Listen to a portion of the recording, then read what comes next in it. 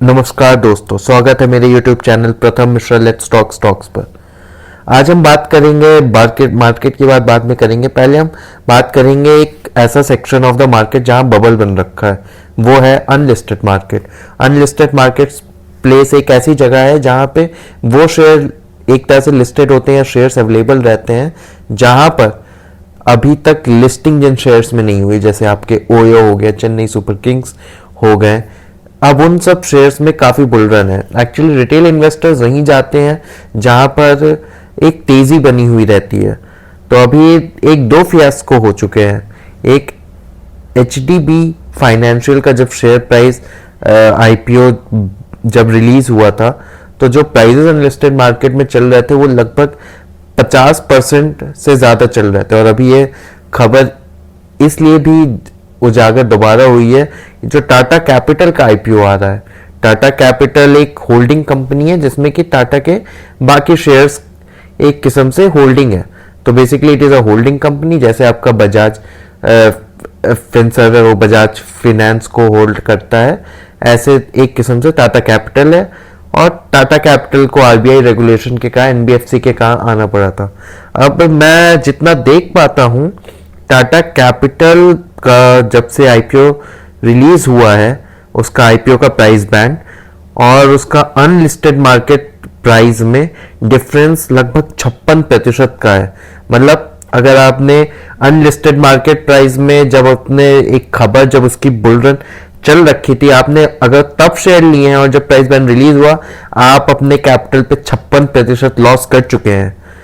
तो एक बबल चल रहा है और इसके कई है। आपको आप देखेंगे कि मेरी जानकारी में कई है कि कई ब्रोकर्स पुश करते हैं कि आप अनलिस्टेड मार्केट स्पेस पे उनसे लें, और इसमें फायदा सिर्फ अनलिस्टेड शेयर्स बेचने का सिर्फ ब्रोकर्स का होता है। ब्रोकर्स लगभग इस पे 40 से 2% एक वो फीस लगाते हैं। अगर मान लीजिए वो शेयर 300 पे चल रहा है तो वो आपको 330 का कोट करेंगे, उसके ऊपर वो मार्जिन लेंगे।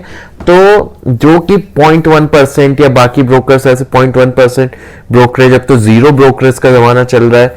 तो जहां आप लिस्टेड स्पेस पे जीरो ब्रोकरेज पे लेते हैं, वो ये ब्रोकर जो अनलिस्टेड स्पेस में देते हैं वो आपको 10% से 20% प्रीमियम चार्ज करते हैं। फिर उसके ऊपर वो अपनी ब्रोकरेज फीस लगाते हैं, वो कि पैरामाउंट हो जाता है। उसके बाद फिर अगर मैं उसे कैलकुलेट करूं, उसके बाद फिर आप अनलिस्टेड जैसे ही वो आईपीओ बैंड रिलीज होता है, वहां पे 56% का चल रहा है। आप अभी एनएससी का देखें, एनएससी का बहुत क्रेज चल रहा है। वो लगभग 60% जंप 1500 से 2300 हो गया और लगभग 5 लाख करोड़ कंपनी हो गई है। एनएसडीएल का शेयर आया था, एनएसडीएल का शेयर भी में भी यही हुआ था कि प्री आईपीओ में उसके शेयर के दाम बहुत बेतहाशा भागे। बहुत रिटेल इन्वेस्टर्स को पिलाए गए शेयर्स, जो उनके इन्वेस्टर्स थे उन्होंने शेयर्स बेचे अनलिस्टेड स्पेस में दे दे के। ब्रोकरेज कंपनीज ने, एजेंट्स ने बहुत पैसा कमाया। और जब उसके आईपीओ प्राइस बैंड रिलीज हुआ तो मेरे हिसाब से 35% नीचे रिलीज हुआ था। आप ओयो का देख लें, सीएसके का देख लें, ऐसा काफी हो रखा। अभी टाटा कैपिटल्स का ही मैं जितना देख पा रहा हूं, वो 8.5 से 11 के प्राइस टू बुक पे ट्रेड कर रहा था। It is just a holding company, वो कोई धंधा नहीं कर रही है, जस्ट अ होल्डिंग कंपनी। और मैं बता दूं कि होल्डिंग कंपनी के शेयर्स, उसके पास जितने भी शेयर है, मान लीजिए आपके पास अगर 100 शेयर हैं किसी भी चीज के और वो उनका दाम ₹1 चल रहा है, तो आपकी नेटवर्थ ₹100 मानी जाएगी। पर अगर एक टाटा कैपिटल जैसी एक कंपनी है जो कि ₹100 के सेम शेयर होल्ड करती है, तो उसकी मार्केट कभी भी वैल्यूएशन 50, 40, ₹60 बुल रन में शायद 60 दे देगा, बियर रन में शायद 40 दे देगा। इतना इतना वेरी डिफरेंस करता है, क्योंकि वो कोई बिजनेस नहीं कर रहा है। और इसका एक रीजन है कि अगर वो अपने शेयर्स ऑफलोड भी कभी करेगा तो मार्केट में उसके प्राइसेस ऑब्वियसली गिर जाएंगे। तो क्योंकि उन्हें बेचना नहीं है तो उनको फुल वैल्यू मिलती भी नहीं है। पर अगर आप टाटा कैपिटल को 8.5 से 11 का प्राइस टू बुक देंगे, जो कि बजाज फाइनेंस जैसी जो टॉप की कंपनी है, चोलामंडलम जैसी टॉप की कंपनी है, वो 6-5 के प्राइस टू बुक पे, जिन्होंने 20-20 साल से अपने आप को प्रूव किया है। तो अगर आपको प्री आईपीओ में शेयर्स लेना है तो बहुत ही सतर्क रहें। जब उसकी हवा चल रही हो तब ना हो। लिस्टेड मार्केट में बहुत ही अच्छे वैल्यूएशन पे शेयर्स मिल रहे हैं, आप उनको लें, आप उनको संभालें, आप उनमें पैसा लगाएं, एज कंपेयर के आप अनलिस्टेड में जाएं जहां पे आप प्रीमियम वैल्यूएशन पे करते हैं, कोई प्राइस डिस्कवरी नहीं है, ब्रोकर्स बेतहाशा पैसा कमा रहे हैं उसमें, और इसलिए उधर उनको शेयर्स बांटे जा रहे हैं।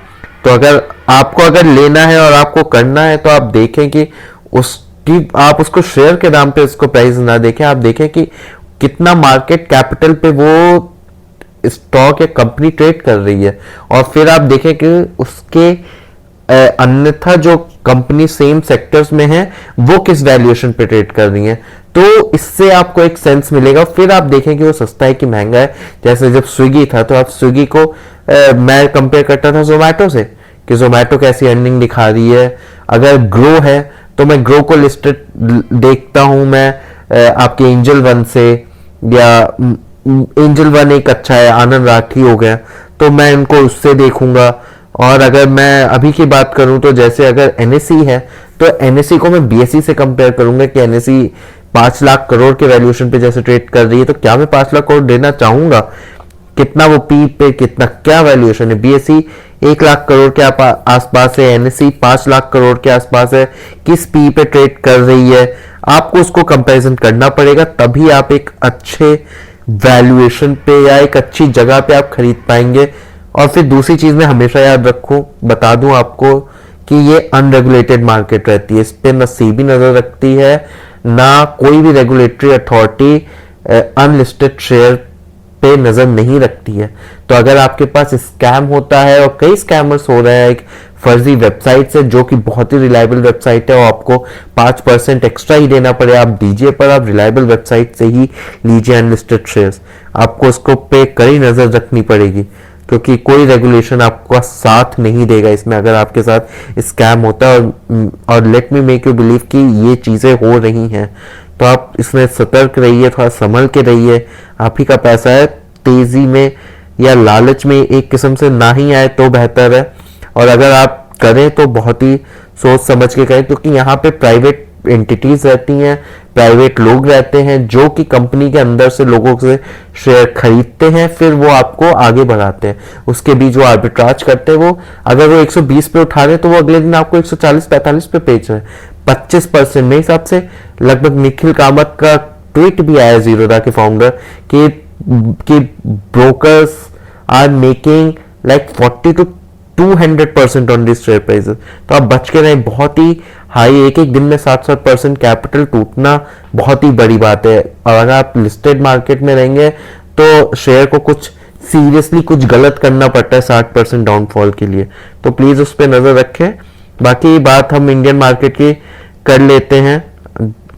आज की देखते हैं कि इंडियन मार्केट में क्या हुआ था। इंडियन मार्केट वही जैसे हम बात कर रहे थे कि विक्स वहीं खड़ा है, मार्केट में कुछ नहीं हो रहा है, ऊपर जाती है नीचे आती है, फिर नीचे ऊपर जाके एक चीज आप जरूर देख सकते हैं कि आजकल मेटल सेक्टर में एक तेजी अच्छी बन रही है दुनिया भर में। अगर आप लो इंटरेस्ट एनवायरनमेंट में जाते हैं तो एक यूएस जैसे कट की बात कर रहा है, तो लो इंटरेस्ट एनवायरनमेंट में आपको मेटल्स और इन सब में तेजी आती है, तो काफी मेटल्स में तेजी है वो आप देख सकते हैं। पीएसयू बैंक्स में थोड़ी तेजी दिख रही है आजकल। विक्स वहीं का वहीं खड़ा है। हमने जो विक्स का असर पे हमने पिछले यूट्यूब वीडियोस में बात करी है, तो जब तक विक्स 11 के आसपास खड़ा है ठीक है। बाकी वहीं चलते हैं, वहीं आ जाते हैं। आरबीआई पे हमारी नजर रहेगी कि आरबीआई कैसा टोन देता है, डविश टोन देता है कि क्या देता है। डविश मतलब होता है कि क्या वो इंटरेस्ट रेट में कमी की तरफ इशारा कर रहे हैं या ज्यादा रूम खोलने का मौका दे रहे हैं, कैसे उसको हम डविश कहते हैं। हॉकिश कहते हैं अगर आप इंटरेस्ट रेट बढ़ाने की बात करें तो हम उसको हॉकिश कहते हैं। तो जब भी आता है कि डविश स्टैंस है, और आप अभी इस समय में ये आप बात ध्यान रखें कि मार्केट अगर आप डविश स्टैंड सुनते हैं न्यूज में या कुछ भी, तो it is a positive for the market. अगर आप हॉकिश स्टैंड सुनते हैं it is negative for the market. आप बस इस चीज पे नजर रखेंगे हेडलाइंस पे, तो आपको आरबीआई का सेंस एक लाइन में समझ में आ जाएगा, एक वर्ड में। आपको देखना है कि डविश की आरबीआई का कौन सा स्टैंड रहा है, डविश या हॉकिश। इस एक शब्द से आप पूरा आरबीआई का मतलब समझ लेंगे, आप अपने फिर उस हिसाब से समझ पाएंगे कि क्या चल रहा है। फिर आईएनआर यूएसडी पे नजर अच्छी रहेगी हमारी कि यूएस कि डॉलर और रुपए में क्या चलता है, वो हमारे लिए थोड़ा जाएगा। 8 दिन लगातार हो गया वैसे मार्केट में गिरावट का सिलसिला, पर अगर आप देखें तो स्मॉल कैप में थोड़ा थोड़ा बीच बीच में मुझे तेजी दिख रही है।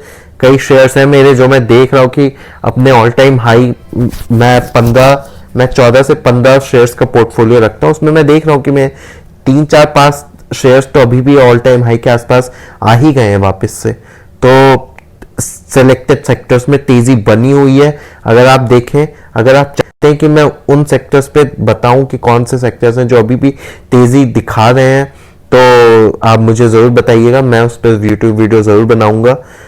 उसके बाद से इंडियन मार्केट्स पे हमारी इतनी प्लस आज एचयूएल का रिजल्ट आया था।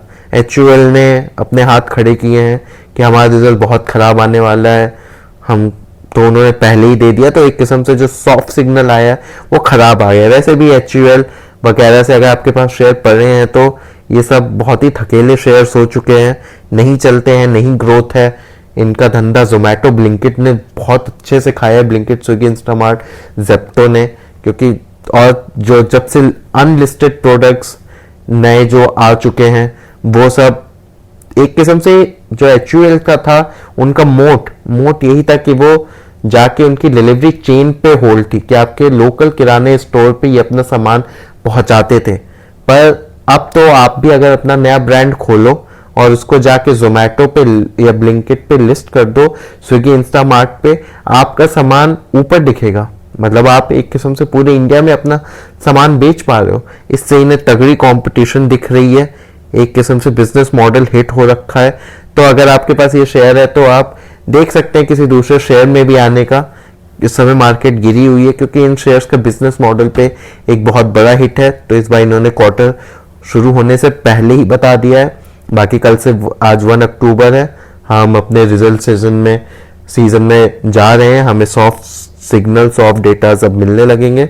बात करते हैं जाते जाते यूएस स्टॉक्स की। यूएस में आप देखो तो अभी भी एस&पी टॉप, डाउ जोन्स नए हाई, नैस्डैक 0.3। यूएस मार्केट में लगातार तेजी बनी हुई है। अगर आप यूएस मार्केट में इन्वेस्टेड है तो आपने बेतहाशा लास्ट ईयर में 2-3 साल में पैसा, 1.5 साल में इनफैक्ट काफी पैसा बना लिया होगा। और मेरे हिसाब से आपको यूएस मार्केट में इन्वेस्टेड जरूर रहना चाहिए। उनके टेक्नोलॉजी शेयर्स में, आपको किसी में नहीं जाइए, आप टेक्नोलॉजी में जाइए। उनके कई शेयर्स में अच्छी परफॉर्मेंस चली है। जीडीपी 3.9% एक्सपेक्टेड आ रही है। और शटडाउन की हम बात करें, हमने लास्ट यूट्यूब वीडियो में यूएस शटडाउन की बात करी है। अगर आप उसको भी देख लेते हैं तो यूएस शटडाउन का असर दिख नहीं रहा है। ऑल्दो आज ट्रंप ने जाते जाते जरूर बोला था कि हम यूएस को शटडाउन की तरफ फेंक देंगे, वो एक अलग चल रहा है, पर मार्केट उसको ध्यान नहीं दे रहा है। जब मार्केट में तेजी होती है तो इन सब खबरों को डाइजेस्ट कर लिया जाता है और बढ़ा जाता है। आगे देखते हैं कि यूएस में शटडाउन होता है कि नहीं होता है। पहले भी हुआ है, आगे भी होगा। शायद मार्केट को उतना फर्क ना पड़े, पर अगर वॉलेटिलिटी मिलती है तो आप जरूर आप देख सकते हैं यूएस स्टॉक्स जिसका अकाउंट है। और तो अगर आप बोलेंगे तो मैं जरूर आपके यूएस स्टॉक्स पे भी वीडियो बना सकता हूं कि आप किन किन शेयर्स को देख सकते हैं, कौन से, क्योंकि मैं पर्सनली मैं इन्वेस्टेड हूँ यूएस स्टॉक्स में। पिछले 1.5 साल में ऑलमोस्ट पैसा उसमें डबल हुआ है यूएस स्टॉक्स में। आप चाइनीज स्टॉक्स देख सकते हैं, चाइनीज टेक स्टॉक्स देख सकते हैं जो कि काफी अंडर वैल्यू थे 1 साल पहले से। अलीबाबा आप देखें तो लगभग डबल हो रखा है पिछले 1 साल में। तो काफी अपॉर्चुनिटीज है मार्केट में। ओलंपिक को एक खबर और है मेरे पास कि ओलंपिक को इंडिया में मंजूरी मिल गई है। अगर आप देखें तो वो मेरे हिसाब से डैनिश कंपनी है, अगर मैं गलत नहीं हूं तो वो नोवो नॉर्डिस्क करके लिस्टेड है। आप यूएस में, आप उसको भी देख सकते हैं। हिम्स के साथ उसका बीच में टाई अप हुआ था। हिम्स एक अच्छी यूएस की कंपनी है जो कि बहुत ही अच्छा ग्रोथ कर रही है। तो यूएस स्टॉक्स पे हम कभी बाद में भी बात कर सकते हैं। अगर आप मेरे को बोलेंगे तो मैं उस पर जरूर वीडियो बनाऊंगा, क्योंकि यूएस में एक अच्छे तेजी स्टॉक्स हैं, तो इंटरेस्टेड है तो जरूर उस पर मैं वीडियो बनाऊंगा। बाकी आज के लिए यही, फिर हम मिलते हैं अगले वीडियो में। तो आप प्लीज लाइक, सब्सक्राइब और कमेंट ज़रूर करें, इससे इस चैनल को बहुत हेल्प मिलेगी। Thank you so very much.